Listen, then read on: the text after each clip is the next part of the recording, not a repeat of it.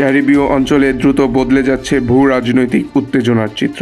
ভেনেজুয়েলার উপকূলে মার্কিন F-35 যুদ্ধবিমান শনাক্ত হওয়া, মাদকবাহী অভিযোগে নৌকায় মার্কিন বিমান হামলা এবং সর্বশেষ পুয়ের্তো রিকোতে অবস্থানরত সেনাদের প্রস্তুতি সবকিছু মিলিয়ে ভেনেজুয়েলার বিরুদ্ধে যুক্তরাষ্ট্রের পূর্ণমাত্রার সামরিক অভিযান এখন কেবল সময়ের অপেক্ষা বলে আশঙ্কা করছেন বিশ্লেষকরা।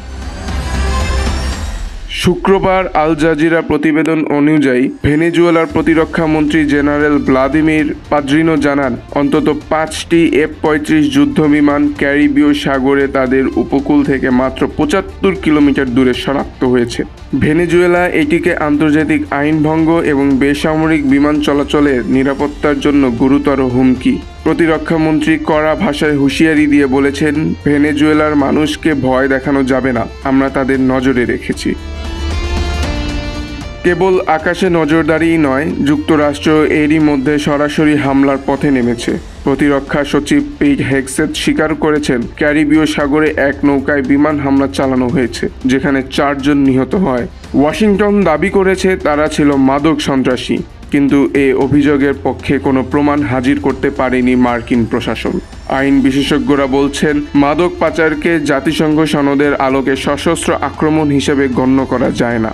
ফলে এ ধরনের বিমান হামলা কার্যত বিচার বহির্ভূত হত্যাকাণ্ড এবং আন্তর্জাতিক আইন লঙ্ঘন।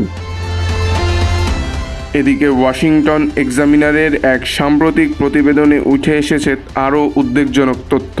বলা হয়েছে, পুয়ের্তো রিকোতে মোতায়েনকৃত মার্কিন সেনারা ভেনেজুয়েলার বন্দর ও বিমান ঘাঁটি দখলের মতো অভিযানের জন্য প্রস্তুত। এমনকি গত আগস্টে ভার্জিন দ্বীপপুঞ্জের উপকূলে মহড়ার সময় মার্কিন বাহিনী অবতরণ ও ঘাঁটি দখল অনুশীলনও করছে।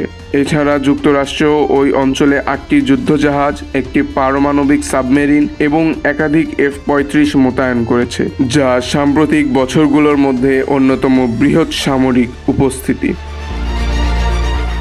সব মিলিয়ে পরিস্থিতি স্পষ্ট বলছে, যুক্তরাষ্ট্র ভেনেজুয়েলার ভেতরে সামরিক পদক্ষেপ নিতে আর বেশি দেরি করছে না। প্রেসিডেন্ট নিকোলাস মাদুরো এরই মধ্যে সতর্ক করে বলেছেন, কোনো আক্রমণ চালানো হলে তা তাদের জাতীয় অখণ্ডতা ও সার্বভৌমত্বের বিরুদ্ধে যুদ্ধ ঘোষণা হিসেবে বিবেচিত হবে এবং ভেনেজুয়েলার সেনারা সংগঠিত সশস্ত্র প্রতিরোধ গড়ে তুলবে।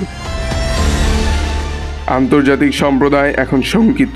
মার্কিন প্রশাসনের মাদক বিরোধী অভিযান যদি পূর্ণমাত্রায় সামরিক হস্তক্ষেপে রূপ নেয়, তবে তা কেবল ভেনেজুয়েলাই নয়, গোটা ক্যারিবীয় অঞ্চলকে এক অগ্নিগর্ভ সংঘাতে ঠেলে দিতে পারে।